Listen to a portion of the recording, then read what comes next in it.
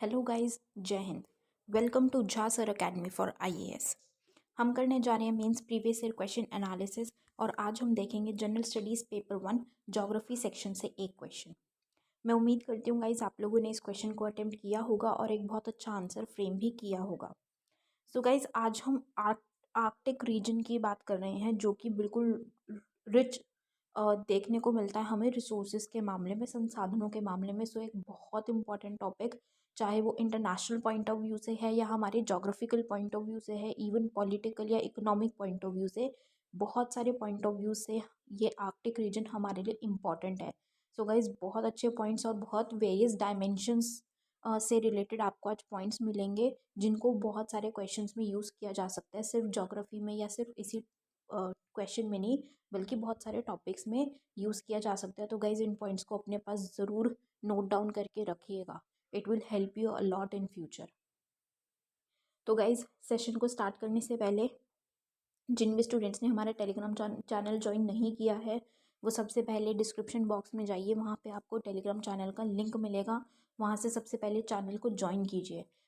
उससे आपको बेनिफिट ये होगा कि आपको वहाँ पे हमारी पीडीएफ्स का एक्सेस मिल जाएगा। हम पीडीएफ्स अपलोड की जाती हैं हमारे टेलीग्राम चैनल पे फ्री ऑफ कॉस्ट आप लोगों के बेनिफिट के लिए। तो गाइज़ जो भी जैसे कि करंट अफेयर्स का लेक्चर आप लोगों के लिए अपलोड किया जाता है या ये जो mains previous year question analysis हम कर रहे हैं इसका लेक्चर आता है, तो इसकी आपको पीडीएफ जो है फ्री ऑफ कॉस्ट वहाँ पे अवेलेबल करवा दी जाती है। और साथ ही साथ जो भी वीडियो लेक्चर्स प्रोवाइड किए जाते हैं आपको उनका लिंक्स भी आपको डायरेक्टली वहाँ पे मिल जाता है, ठीक है। और गाइज जो स्टूडेंट्स बिल्कुल सीरियसली प्रिपेयर कर रहे हैं उनके लिए मैं कहूँगी गाइज कि करंट अफेयर्स के लिए आपको कहीं पे भी किसी भी तरीके से टाइम या एनर्जी अपनी वेस्ट करने की ज़रूरत नहीं है। आप सिर्फ 1 से 1.25 घंटा डेली आप रेगुलरली हमारे करंट अफेयर्स को फॉलो कीजिए। हमारे करंट अफेयर से बाहर का आपके एग्ज़ाम में कुछ भी पूछा नहीं जाएगा, दिस इज़ अ गारंटी। क्योंकि आपको सब कुछ जो आपके एग्ज़ाम के लिए इम्पॉर्टेंट है कवर करवा दिया जाता है। तो आप बेझिझक बिल्कुल पूरा फोकस करके आप वो टाइम दीजिए, रेगुलरली फॉलो कीजिए and you can make it.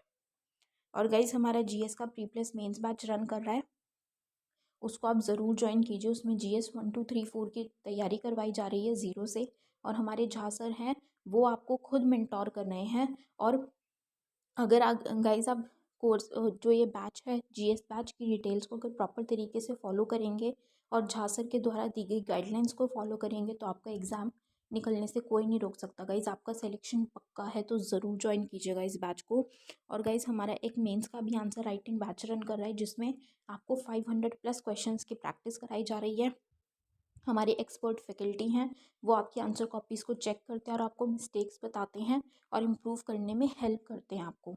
और उसी के साथ साथ आपको हर एक क्वेश्चन के रिगार्डिंग एक सैम्पल आंसर भी दिया जाता है और एक वीडियो सोल्यूशन भी दिया जाता है with proper explanation. So guys जो भी स्टूडेंट्स सीरियसली प्रिपेयर कर रहे हैं सिविल सर्विसेज के लिए वो इन बैचेस को ज़रूर ज्वाइन कीजिएगा। ज्वाइन करने के लिए आप नीचे दिए गए नंबर 9713282838 पे व्हाट्सएप के थ्रू आप कोर्सेज़ की डिटेल्स ले सकते हैं और कोर्सेज़ को ज्वाइन कर सकते हैं। तो चलिए गाइस अपना आज का सेशन स्टार्ट करते हैं। हमारा क्वेश्चन है, why is India taking keen interest in resources of Arctic region? Bharat Arctic क्षेत्र के संसाधनों में गहरी दिलचस्पी क्यों ले रहा है? ये question guys GS1 geography section से लिया गया है और ये क्वेश्चन यूपीएससी ने 2018 में पूछा था। तो गाइस जब हम इस क्वेश्चन को देखते हैं तो इसमें हमें बिल्कुल स्ट्रेट फॉरवर्ड तरीके से आर्कटिक रीजन के बारे में मेनली बात की गई है कि जो हमें आर्कटिक रीजन देखने को मिलता है, ठीक है। आर्कटिक रीजन कहाँ पे है? नॉर्थ पोल की तरफ जब हम जाते हैं तो वहाँ पे हमें बिल्कुल हाईएस्ट उस पर आर्कटिक रीजन देखने को मिलता है, बहुत ऊंचाई पे देखने को मिलता है हमें। तो जो आर्कटिक रीजन है वहाँ के रिसोर्सेज, जो वहाँ पे संसाधन है आर्कटिक रीजन में, उसमें इंडिया इतना ज़्यादा इंटरेस्ट क्यों ले रही है? ऐसा वहाँ पे क्या है आर्कटिक रीजन में या वहाँ के रिसोर्सेज में कि इंडिया वहाँ पे इतना ज़्यादा अपना इंटरेस्ट ले रही है, इतनी दिलचस्पी दिखा रही है वहाँ के रिसोर्सेज में, वहाँ के संसाधनों में? तो हमें वो बताना है। तो गाइज इस क्वेश्चन को किस तरीके से अप्रोच करेंगे हम? वैसे तो हमें स्ट्रेट फॉरवर्ड तरीके से पूछा गया है लेकिन हमें अपने आप को रिस्ट्रिक्ट नहीं करना है, हमें अपने आप को यहाँ पे इस क्वेश्चन में हर एक डायमेंशन लेके चलना है। कैसे कि जैसे रिसोर्सेज हैं तो इकोनॉमिकली हमें इंडिया को किस तरीके से बेनिफिट होगा, ठीक है, या स्ट्रैटेजिकली बेनिफिट होगा, या इंटरनेशनल पॉलिटिक्स में बेनिफिट होगा, रिलेशंस में अपनी एक स्ट्रैटेजिक पोजीशन बनाने में बेनिफिट होगा। तो हर एक एरिया से हमें यहाँ पे अपने पॉइंट्स उठाने हैं। तो इंट्रोडक्शन में हम थोड़ा सा आर्कटिक रीजन के बारे में बात करेंगे और मेन पार्ट में हम प्रॉपर तरीके से ये बात करेंगे कि इंडिया का क्या इंटरेस्ट है आर्कटिक रीजन में या उसके रिसोर्सेज में। एंड में हम कंक्लूड करते हुए अपने आंसर को फिनिश करेंगे। तो चलिए गाइस स्टार्ट करते हैं। According to the Ministry of External Affairs, India's interests in Arctic Ocean region are commercial, strategic, environmental and scientific. कि जो हमारे एक्सटर्नल अफेयर्स की मिनिस्ट्री है उन्होंने क्या चीज़ बताई है, उनके हिसाब से इंडिया का जो आर्कटिक ओशन में या आर्कटिक रीजन है वहाँ पे जो इंटरेस्ट देखने को मिलता है, उस रीजन पे जो इंडिया की दिलचस्पी है वो किस तरीके से है, वो वाणिज्यिक भी है, वो राजनीतिक तौर पे भी है, वो पर्यावरण के लिए भी है। पर्यावरण के लिए कैसे, जैसे कि क्या है, जैसे हमने बात की, मैंने आपको बताया कि आर्कटिक रीजन कहाँ पे है, नॉर्थ पोल की तरफ हमें देखने को मिलता है, बहुत ऊंचाई पे देखने को मिलता है। तो ऑब्वियसली इतनी ऊंचाई पे हमने ज्योग्राफी में पढ़ा है ना एक बेसिक कॉन्सेप्ट की, जैसे जैसे हम ऊंचाई की तरफ जाते हैं तो टेम्परेचर कम होता चला जाता है, तो उसकी वजह से वहाँ पे आइस शीट्स बहुत ज़्यादा है, वो बर्फ़ से घिरा हुआ है। तो क्लाइमेट चेंज हमें आज के टाइम पे देखने को मिल रहा है, तो उसकी वजह से क्या होगा, वहाँ पे जो आइस है वो मेल्ट होनी शुरू हो जाएगी, जिसकी वजह से बहुत सारी प्रॉब्लम्स देखने को मिलेंगी। और साइंटिफिक, वैज्ञानिक रूप से, तो ये सब बहुत सारे इस तरीके के फैक्टर्स हैं, इवन इकोनॉमिक वे में भी। इसीलिए इन सभी फैक्टर्स की वजह से इंडिया इतना इंटरेस्ट ले रही है कहाँ पे, आर्कटिक ओशन रीजन में। Pursuant to this, in 2013, India gained observer status in the Arctic Council। कि एक आर्कटिक काउंसिल है जिसमें बहुत सारी कंट्रीज़ वहाँ पे हमें मेंबर देखने को मिलती हैं। तो उसमें अब इंडिया ने जब अपने इस इंटरेस्ट को देखा, सब चीज़ें एनालाइज करी, तो 2013 में इंडिया ने अपने एफर्ट से आर्कटिक काउंसिल में एक ऑब्जर्वर स्टेटस का दर्जा हासिल किया, राइट। तो अब हम बात करेंगे कि क्या क्या ऐसे रीजंस हैं जिसकी वजह से इंडिया इतनी दिलचस्पी ले रही है आर्कटिक रीजन में और वहाँ के रिसोर्सेज में, वहाँ के संसाधनों में। तो हम उसके इंटरेस्ट की बात करेंगे। First is potential natural resources, संभावित प्राकृतिक संसाधन, ठीक है, जहाँ पे वहाँ पे क्या है, हमें बहुत अच्छे अमाउंट के, मतलब बहुत अच्छे खासे नेचुरल रिसोर्सेज देखने को मिलते हैं। और नेचुरल रिसोर्सेज कितने ज़्यादा इंपॉर्टेंट है वो हम सभी जानते हैं। So Arctic region holds oil and natural gas resources which can boost India's energy security. तो आर्कटिक रीजन में क्या है, जैसे हमने बात की नेचुरल रिसोर्सेज हमें वहाँ पे देखने को मिलते हैं, तो एक एबंडेंट अमाउंट में, हम कहते हैं ना कि भारी मात्रा में हमें वहाँ पे ऑयल और नेचुरल गैस के रिजर्व्स देखने को मिलते हैं। जो तेल है और नेचुरल गैस है, प्राकृतिक गैस, उसके संसाधन हमें वहाँ पे देखने को मिलते हैं, उसकी रिजर्व्स। अब आप लोग जैसे जानते हैं ऑयल क्या करती है, इंडिया ऑयल बहुत सारी कंट्री से इम्पोर्ट करती है। क्यों? क्योंकि एनर्जी सिक्योरिटी की वजह से, क्योंकि ऑयल से क्या होता है, एनर्जी बनाई जाती है, एनर्जी के लिए यूज़ होता है, इलेक्ट्रिसिटी बनाई जाती है, ठीक है। तो एनर्जी सिक्योरिटी के लिए इंडिया को ऑयल है, नेचुरल गैस है, इन सब की बहुत ज़्यादा ज़रूरतें हैं, जो उसको बहुत ज़्यादा क्या करना पड़ता है, इम्पोर्ट करना पड़ता है बाहर से। तो अगर आर्कटिक रीजन के ये जो रिसोर्सेज हैं भारी मात्रा में देखने को मिलते हैं वहाँ पे, ऑयल है या नेचुरल गैस है, इस तरीके के रिसोर्सेज, अगर इंडिया को उसका एक्सेस मिल जाएगा, वो रिसोर्सेज इंडिया यूज़ कर पाएगी, तो इंडिया का जो एनर्जी सेक्टर है उसमें एक बूस्ट देखने को मिलेगा। मतलब जो एनर्जी की सिक्योरिटी है वो बढ़ बढ़ सकती है इंडिया की, और बहुत अच्छे तरीके से बढ़ाई जा सकती है।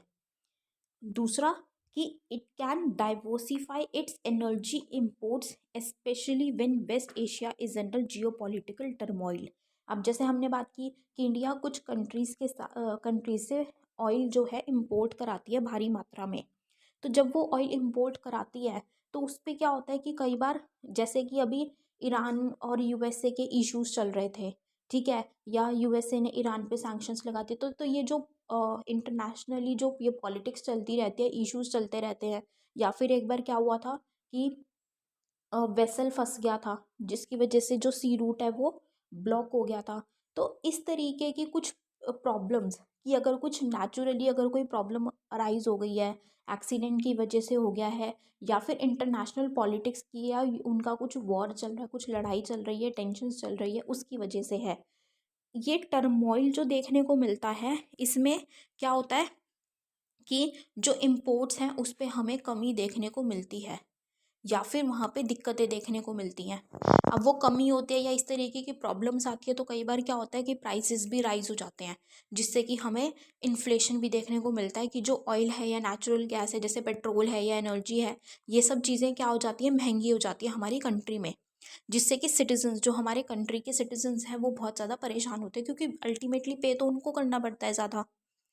तो क्या चीज़ है कि अगर आर्कटिक के जो रिसोर्सेज हैं, रिच रिसोर्सेज हमें देखने को मिल रहे हैं, इससे इंडिया की एनर्जी सिक्योरिटी को भी बढ़ावा मिलेगा, बूस्ट मिलेगा। और साथ ही जो इम्पोर्ट्स हैं हम इन कंट्रीज से, वो कम कर किया जा सकता है, जिससे कि ये जो टर्मोइल हमें देखने को मिलता है, या ये जो दिक्कतों की वजह से कई बार जो इम्पोर्ट है वो थोड़ा हैम्पर हो जाता है, तो वो भी हमें झेलना नहीं पड़ेगा। Arctic is also an abundant source for fishing. जो ये आर्कटिक रीजन है वो एक मतलब फिशिंग के लिए, मछली पकड़ने का भी एक बहुत अच्छा सोर्स देखने को मिलता है। वहाँ पे बहुत ज़्यादा मतलब फिशिंग की जा सकती है, फिशिंग सोर्स। तो क्या होगा, एक लाइवलीहुड का भी वहाँ पे अम, हम पैटर्न देख सकते हैं कि लाइवलीहुड भी बूस्टअप हो सकते हैं, और हम उसका फ़ायदा बहुत सारे तरीक़ों से उठा सकते हैं, राइट। तो इसीलिए इंडिया वहाँ पे अपना इंटरेस्ट इतना दिखा रही है। Next point is potential for newer shipping routes, कि क्या है, अब उसमें नए नौवहन मार्गों की संभावना है, कि अलग अलग नए नए जो रूट्स हैं, वाटर रूट्स हैं, शिप को लाने के लिए शिपिंग रूट्स हैं, वो डिस्कवर किए जा सकते हैं, नए नए रूट्स निकल सकते हैं आर्कटिक रीजन से। कैसे? As global climate warms up and polar ice recedes. अभी जैसे हमने बात की थी कि एनवायरमेंट पे भी हमने उसका क्या बात की थी, कि जो जैसे जैसे क्या हो रहा है कि क्लाइमेट चेंज हमें देखने को मिल रहा है, तो क्योंकि आर्कटिक रीजन हाई ऑल्टीट्यूड पे हमें देखने को मिलता है, तो वहाँ पे आइस है, हमें बर्फ़ देखने को मिलती है, बर्फ़ से ढका हुआ है। लेकिन जैसे जैसे जो क्लाइमेट चेंज हमें देखने को मिल रहा है, तो जो हमारा एनवायरनमेंट है वो वार्म होता जा रहा है, गर्म होता जा रहा है। गर्मी की वजह से क्या हो रहा है, क्लाइमेट चेंज के इम्पैक्ट से जो वो पोलर आइस है वो पिघल रही है। तो क्या हो रहा है, new paths between Asia, Europe and north America become open, which can reduce cost of transportation for India's exports and imports. तो अब वो जो बर्फ़ पिघल रही है, तो बर्फ़ पिघलने की वजह से नए नए पाथ बन रहे हैं, मतलब नए नए रास्ते बन रहे हैं। कहाँ पे? एशिया, यूरोप और नॉर्थ अमेरिका के बीच में। अब क्या है, अब वो जो नए रास्ते बनेंगे, तो वहाँ से इंडिया को एक्सेस मिल जाएगा अपना सामान ट्रांसफ़र करने का। मतलब एक्सपोर्ट और इम्पोर्ट में इंडिया को एक अच्छा एक्सेस मिल जाएगा, और उसका जो कॉस्ट ऑफ ट्रांसपोर्टेशन है वो भी कम हो जाएगा। वेरियस कंट्रीज़ में अपना एक्सपोर्ट इंपोर्ट करने में, मतलब ट्रेड जो है इंडिया का बहुत अच्छा वहाँ पे हो जाएगा, और जो कॉस्ट ऑफ ट्रांसपोर्टेशन है वो भी कम हो जाएगी। For example, the Northern Sea Route, जो नॉर्थ की साइड जो एक नॉर्दर्न सी रूट हमें देखने को मिलता है, a mostly frozen sea way can become navigable throughout the year. कि एक जो जो नॉर्दर्न सी वे सी रूट है, जो हमें ज़्यादातर क्या देखने को मिलता था, जमा हुआ देखने को मिलता था, फ्रोज़न देखने को मिलता था, क्योंकि वो जो इतनी ठंड की वजह से, हाई ऑल्टीट्यूड होने की वजह से, वो जो वहाँ की सी है वो जम जाती थी, उसकी बर्फ़ बन जाती थी, जिसकी वजह से उसमें नेविगेशन नहीं हो सकती थी। लेकिन अब जब वो पिघल जाएगी, तो ये थ्रू आउट द ईयर, पूरे साल भर के लिए वो नेविगेबल हो जाएगा। मतलब साल भर वहाँ से आया जाया जा सकता है, और ट्रेड को प्रॉपर तरीके से बिना हैम्पर हुए हम ट्रेड कर सकते हैं। एक्सपोर्ट इम्पोर्ट हमारा प्रॉपर तरीके से हो सकता है वहाँ से, right. Next point is increased vulnerability of coastal communities, तटीय समुदायों की बढ़ी हुई सुभेद्यता। कि वही सब बातें हैं। Melting of ice on large scale can make India's coastal cities more vulnerable to sea level rise. जो भी हमने बात की थी कि क्लाइमेट चेंज है तो ग्लोबल वार्मिंग हो रही है, एनवायरनमेंट वार्म होने की वजह से आइस क्या हो रही है, मेल्ट हो रही है। अब जो आइस मेल्ट हो रही है, अभी हमने उसका पॉजिटिव एस्पेक्ट पढ़ा कि जो आइस मेल्ट हो रही है उससे जो सी है, जो सी रूट है जो जम जाता है, वो सी रूट क्या हो जाएगा, वो आइस जो है जमी हुई होती है, वो सी आइस से आइस बन जाती है, वो पिघल के वापस से वो एक सी रूट मतलब एक रास्ता खुल जाएगा ट्रेड करने के लिए, नेविगेट करने के लिए। लेकिन उसका इम्पैक्ट भी क्या है, नेगेटिव इम्पैक्ट उसका क्या है कि जो आइस भारी मात्रा में अगर मेल्ट होगी, पिघलने लग जाएगी, तो जो इंडिया की कोस्टल सिटीज़ हैं वो ज़्यादा संवेदनशील बन जाएंगी, मतलब ज़्यादा किस में आ जाएंगी, ऐसे पॉइंट पे आ जाएंगी, वल्नरेबल हो जाएंगी सी लेवल राइज की वजह से, मतलब खतरे में आ जाएंगी वो। कि जो सी है जो वहाँ पे, क्योंकि कोस्टल सिटीज़ कौन सी हैं, जो समुद्र से लगती हैं, और जो समुद्र है वहाँ पे जो लेवल है पानी का, जो लेवल है वो अगर बढ़ जाएगा तो वहाँ के लोगों के लिए, वहाँ के लोगों की लाइवलीहुड के लिए, या फिर वहाँ की जो प्रॉपर्टी है, इंफ्रास्ट्रक्चर है, सब कुछ के लिए बहुत ज़्यादा रिस्की हो सकता है। तो इसीलिए इंडिया के लिए ये एक नेगेटिव पॉइंट भी है। तो इंडिया को वहाँ पे थोड़ा सा अपना दबदबा रखने की ज़रूरत है, ताकि वो इस चीज़ को टैकल कर सके, इस चीज़ को सॉल्व कर सके कि कोई भी कंट्री को या कोई भी कोस्टल सिटी को प्रॉब्लम ना हो, right. Next is potential for joint research on environmental issues. पर्यावरणीय मुद्दों पर संयुक्त अनुसंधान की संभावना, कि जॉइंट रिसर्च करनी है एनवायरमेंटल इश्यूज पे, वो एक पोटेंशियल रखता है वहाँ पे अगर रिसर्च की जाए तो।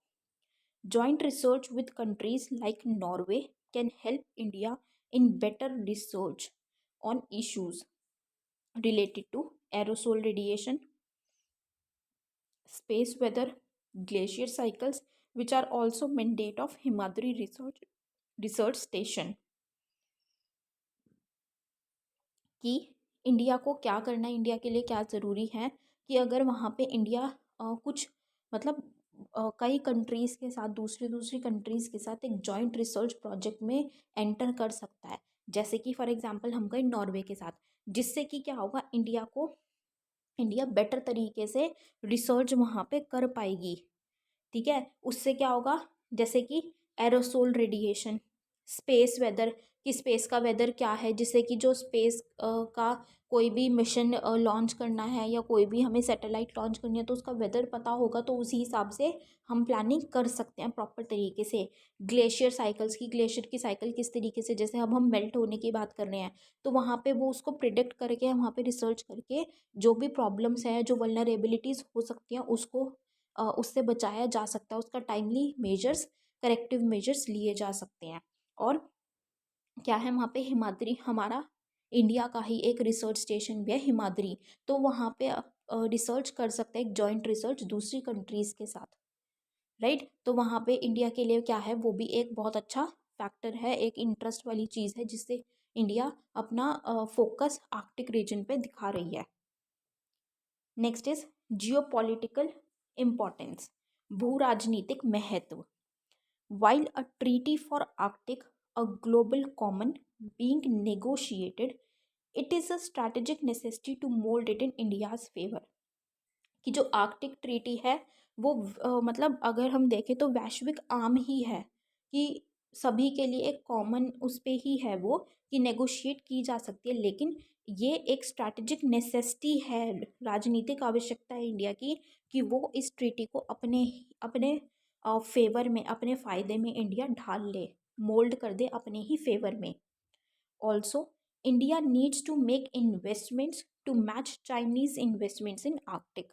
अब जो आर्कटिक में चाइना की इन्वेस्टमेंट्स हैं वो ज़्यादा हैं इंडिया से, तो इंडिया को अपनी इन्वेस्टमेंट्स को बढ़ा के चाइना की, एटलीस्ट चाइना की इक्विवेलेंट करना है, कि जितनी इन्वेस्टमेंट चाइना ने कर रखी है कम से कम इतनी इन्वेस्टमेंट इंडिया की भी आर्कटिक रीजन में हो, ताकि चाइना उसको ओवरटेक ना करे।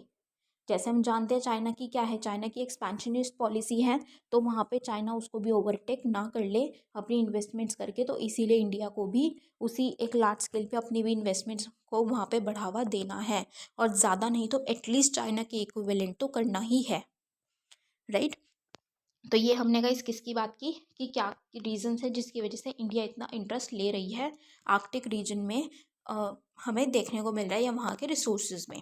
So on a concluding note हम ये बोल सकते हैं गाइस कि आर्कटिक रीजन एक रिसोर्स रिच रीजन भी है और एक बहुत स्ट्रैटेजिक पॉइंट है जहाँ पे इंडिया का वहाँ पे ध्यान देना ज़रूरी है। क्यों? क्योंकि इंडिया का हर एक एंगल से, बहुत सारे डायमेंशन से देखें तो इंडिया का वहाँ पे इंटरेस्ट है, बहुत अच्छा एक एस्पेक्ट इंडिया का देखने को मिल सकता है, बहुत सारी प्रॉब्लम्स भी सॉर्ट हो सकती हैं, तो इसीलिए वहाँ पे इंडिया को इंटरेस्ट दिखाना पड़ेगा और वो ज़रूरी है, और उसी के चलते इंडिया को ऑब्जर्वर स्टेटस भी मिला है और अब इंडिया को उस पर और काम करने की ज़रूरत है। So guys this was all for this question. I hope you all have like this analysis. अपना फीडबैक गाइज हमारे साथ कमेंट सेक्शन में ज़रूर शेयर कीजिएगा। With this we end up this session today here guys. Thank you so much. Have a great day ahead. जय